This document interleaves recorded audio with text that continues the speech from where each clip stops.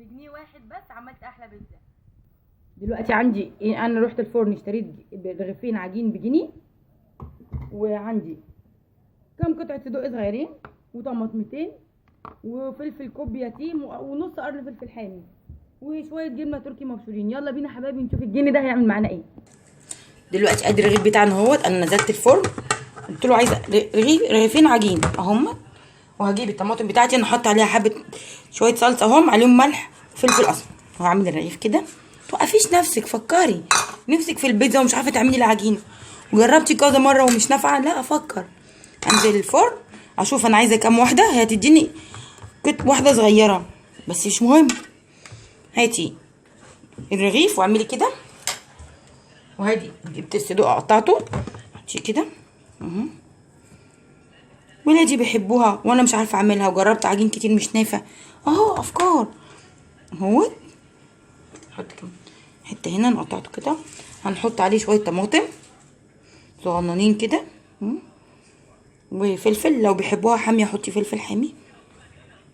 انا هنا عندي جزء بيحب حامي وجزء بيحب بارد. هحط هنا زيتون عشان ابني الكبير الله يسامحه ما بيحبوش مع الزبده صراحه، وشويه جبنه تركي اهو. انا ما عنديش موتزاريلا برضو، جبنه تركي حلوه زي الفل شغالة. دي بقى يا حبايبي مش بتاخد وقت خالص في الفرن علشان العجينه بتاعتنا دي بتستوي بسرعه، فاحنا هنعمله على الهادي خالص. هجيب التانية كده جنبها في نفس الصينيه اهوت، خليهم كده يحاولوا يجوا جنب بعض ايوه كده. هدهنها برضو ايه، الصينيه بتاعتي طلعت صغيره شويه مش مهم. هدهنها برضو صلصه كده اهوت. دي هعملها حاميه عشان ابني الصغير بيحب الحامي اهو. الصدق بتاعنا عندك صدق بقى حطي، جبنه تركي حطي، لو ما بتحبيهاش كده اعملي ميكس جبن، اي جبنه عندك حطيها، جبنه بيضه على جبنه موتزاريلا على جبنه تركي على جبنه مثلثات جبنه شيدر مع انها غاليه بس يلا. ونحط بقى الطماطم اهيت، بقيت الطماطم شايفين في ثواني هنعمل احلى بيتزا لاولادنا ما نحرمش نفسنا من حاجه. وفلفل ابني ده بيحب الفلفل، وهحط له هنا شويه فلفل حامي عشان هو بيحبها حامي، وزيتون هكتر له زيتون عشان هو بيحبه هو وبنتي اهوت، وفلفل حامي وجبنه تركي هنا اهوت.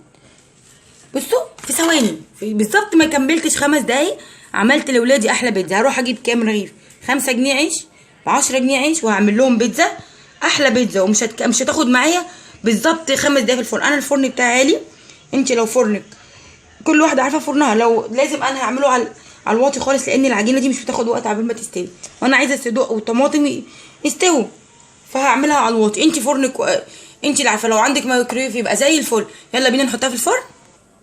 دلوقتي حبايبتنا هنحطها على الفرن على الشبكه من فوق لان دي مش هتستحمل، وعلى نار هاديه خالص.